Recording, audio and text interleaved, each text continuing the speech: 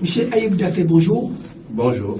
Vous êtes le coordinateur du mouvement Idéal, Initiative Démocratie pour l'équité en délégué Sénégal, membre de la conférence des leaders de la coalition Sonko Président.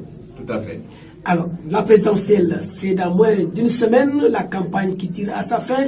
On voit de plus en plus des acteurs politiques mettre l'accent sur le programme, mais apparemment la violence occupe l'espace politique sénégalais. Tout à fait, Pape. Merci de l'invitation. Nous remercions, en tout cas, nous saluons tous les auditeurs de la radio panafricaine Convergence FM, donc qui nous écoutent. Par rapport à la violence, il faut dire qu'elle est bien réelle dans la campagne. Et cette violence est l'œuvre, en tout cas, de la coalition au pouvoir, la coalition Benno Bokk Yakaar. On l'a vu depuis le démarrage de la campagne, avec, en tout cas, le saccage du siège de la coalition Sonko Président, du siège de Pastef à Yoff. On l'a vu également avec, au niveau de Tambacounda, donc l'agression dont, en tout cas, qu'ont subi le parti, en tout cas la coalition pure, et les morts d'hommes qui s'en sont suivis, que nous regrettons tous. Et nous en profitons pour présenter nos condoléances aux populations de Tambacounda.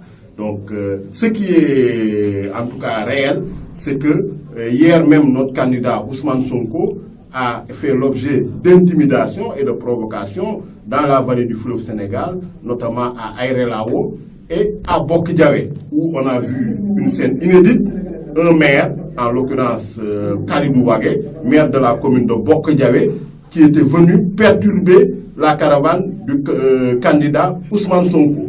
En quoi faisant? En jetant des billets de 500 francs CFA aux gamins qui le suivaient dans son cortège pour juste perturber la caravane. En tout cas, au niveau de la coalition Sonko Président, la démarche qui a été prise, c'est de rester serein, de ne pas répondre aux provocations, mais quand même, il y a un droit de légitime défense. Mais nous faisons tout ce qui est en notre possible pour éviter les rixes, les combats. En tout cas, nous évitons tout ce qui est violence. Parce que la violence, non seulement elle est physique, mais cette violence, elle est verbale. On l'a vu à travers les insultes de M. Moustapha Cissé Lo, vice-président de l'Assemblée nationale, président du Parlement de la CEDEAO. On l'a vu également avec plusieurs individus qui se réclament de la coalition Benno Bokk Yakaar. Je veux citer les Mambour Diazaka, les Birima et autres énergumènes qui polluent la campagne. Donc, vraiment, la violence physique et verbale est bien présente dans cette campagne. Est-ce que vous ne pensez pas que la violence, c'est quelque chose qui est partagé au niveau du champ politique, de l'opposition au pouvoir? Il y a aussi certains responsables de l'opposition qui tiennent des propos qui ne sont pas bien dans la scène politique. Tout à fait. Des dérapages, il peut exister des dérapages.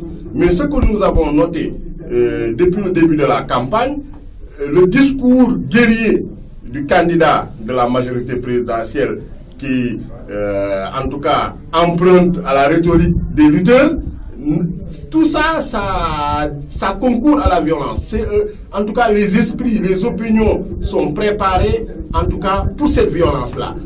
Donc, au niveau de l'opposition, ce qui est noté, quand même, il faut noter une certaine responsabilité de la part de l'opposition, même si on peut noter par-ci et par-là des dérapages. Mais ce qui est à déplorer, c'est que vraiment, plus au sommet de l'État, il y a des individus, en tout cas des personnalités, qui couvrent ces acteurs-là, qui sont chargés de mener la violence. On a vu les marauds du feu, etc., etc.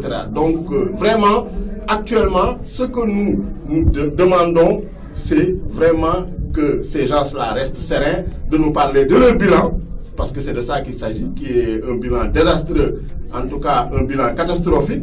Et nous sommes en train de présenter aux Sénégalais notre programme. En tout cas, le candidat est en train de sillonner les différentes contrées du Sénégal et personne ne peut l'empêcher d'accéder à un coin du Sénégal. Il n'y a pas de titre foncier dans ce pays. Ce territoire appartient à tout le monde et vraiment, ce que nous prônons, c'est une culture de paix. En tout cas, le dialogue, la concertation. C'est ce que notre candidat. Justement, votre candidat refuse aujourd'hui le fait que le ministre de l'Intérieur a dit qu'ils vont octroyer des forces de l'ordre par rapport à cette insécurité qui règne au niveau du champ politique? Bon, pour cela, je pense qu'il y a une intoxication à ce niveau-là. Il est en tout cas impérieux de rétablir la vérité. Ce que notre candidat a dit, c'est que notre candidat a un dispositif de sécurité autonome, interne, qui lui est propre et qui fonctionne à merveille depuis le début de la campagne. Parce que toutes les provocations, toutes les agressions venant en tout cas de la coalition Benno Bokk Yakaar, ont pu être gérées par ce dispositif de sécurité vraiment avec professionnalisme et élégance, sans que vraiment il y ait eu des blessures, en tout cas, ou en tout cas autres préjudices matériels. Maintenant, le ministre, à la suite des incidents de Tambacounda, le ministre de l'Intérieur a proposé que le candidat soit escorté par des forces de l'ordre, donc les forces républicaines, en l'occurrence la gendarmerie. Maintenant, nous, ce que nous avons proposé, c'est d'allier ce dispositif de sécurité qui est propre à la coalition Sonko président avec ces forces de l'ordre, puisque notre dispositif fonctionne. Donc nous ne pouvons pas de tout d'un coup supprimer notre dispositif alors que depuis le début de la campagne, il fonctionne. Nous ne refusons pas que notre candidat soit escorté par des forces de l'ordre parce que nous sommes républicains, mais nous avons proposé en tout cas que aussi bien le dispositif propre de sécurité et autonome dont nous disposons puisse travailler en collaboration avec ces forces de l'ordre. C'est ce que le ministre de l'Intérieur a refusé et il en a profité puisqu'on sait qu'il est partisan pour semer la confusion dans la tête des Sénégalais. Même si en parlant de cette campagne électorale, nous sommes juste à quelques jours de cette présidentielle. On a vu des candidats faire le tour du Sénégal pour présenter leur programme. Aujourd'hui, votre candidat, qu'est-ce que votre candidat propose aux Sénégalais pour que ces Sénégalais puissent le lire le 24 février prochain? En tout cas, notre candidat propose un programme de rupture, un programme citoyen républicain qui s'appelle le programme Jotna. Donc, Jotna, en Wolof, donc vraiment la redistribution des richesses dans un sens de plus d'équité, dans un sens de plus de solidarité, donc avec sur le fond d'une transparence. Donc notre programme est un programme, disons, de rupture, puisque c'est un programme aussi bien avec plusieurs mesures, des solutions sur le plan politique, des solutions sur le plan social et des solutions sur le plan économique. Et tout cela est adossé à un programme de financement, ce qui est novateur, puisque nous disons, voici ce que nous voulons faire, mais comment nous allons le faire exactement? Donc, en disant, voici les sources de financement que nous allons mobiliser pour réaliser ce programme. Solution d'abord sur le plan politique. Sur le plan politique, nous avons dit que nous faisons face depuis 1963. Donc, le système dont on parle, quand les gens ne comprennent pas, quand on parle du système, c'est le système, en tout cas, politique constitutionnel qui est à l'œuvre depuis 1963. Avec le conflit qui a opposé Senghor et Mamadou Dia en 1962, Senghor, en 1963, a fait voter une constitution qui est une constitution qui consacre l'hyper-présidentialisme, c'est-à-dire que le président de la République est une sorte de monarque républicain. Nous allons rompre avec cela. Donc, en équilibrant mieux les pouvoirs, donc en faisant en sorte que l'exécutif soit contenu et contrôlé, en faisant en sorte qu'il y ait un parlement responsable et indépendant qui contrôle l'exécutif et qui évalue les politiques publiques et qui vote les lois en toute indépendance, en faisant en sorte également qu'il y ait une justice indépendante. Une justice indépendante en quoi faisant? En créant une cour constitutionnelle. Nous ne ferons plus ce qui a été à l'œuvre depuis Senghor en 1963 avec un conseil constitutionnel qui est aux ordres, mais nous allons mettre en place une cour constitutionnelle, donc vraiment qui sera indépendante. Nous allons en tout cas supprimer le cordon ombilical qui lie actuellement le parquet et le ministre de la Justice. Mais est-ce que ce ne sont pas des promesses électorales comme le faisaient ceux qui sont aujourd'hui au pouvoir? Non, ce ne sont pas des promesses électorales, puisque c'est vraiment un programme qui est assis sur des valeurs, un programme qui est assis sur des convictions, puisque non seulement il y a le programme, mais il y a le candidat. C'est un candidat, disons, de rupture, puisque nous n'avons pas affaire à un politicien professionnel, nous avons affaire à quelqu'un qui est pur produit de l'administration sénégalaise, de la méritocratie sénégalaise, puisque c'est un énarque. Il a été formé à l'école nationale d'administration. Donc c'est l'école dans lesquels on forme ceux qui sont chargés de gérer l'État. C'est le seul candidat qui est issu de l'ENA. Parce que tous les autres candidats, certains sont experts en géologie, la science des roches, comme le président Macky Sall. Il y en a qui sont informaticiens, il y en a qui sont auditeurs, en tout cas consultants. Il y en a un autre qui est avocat. Tout ça, c'est bien, mais c'est le seul candidat qui a été formé pour gérer l'ENA, pour gérer l'État. Il a fait ses preuves en termes d'honnêteté, en termes de probité, en termes de compétences, de rigueur, de professionnalisme, partout où il est passé. Aussi bien au syndicat des impôts et domaines et actuellement à l'Assemblée nationale.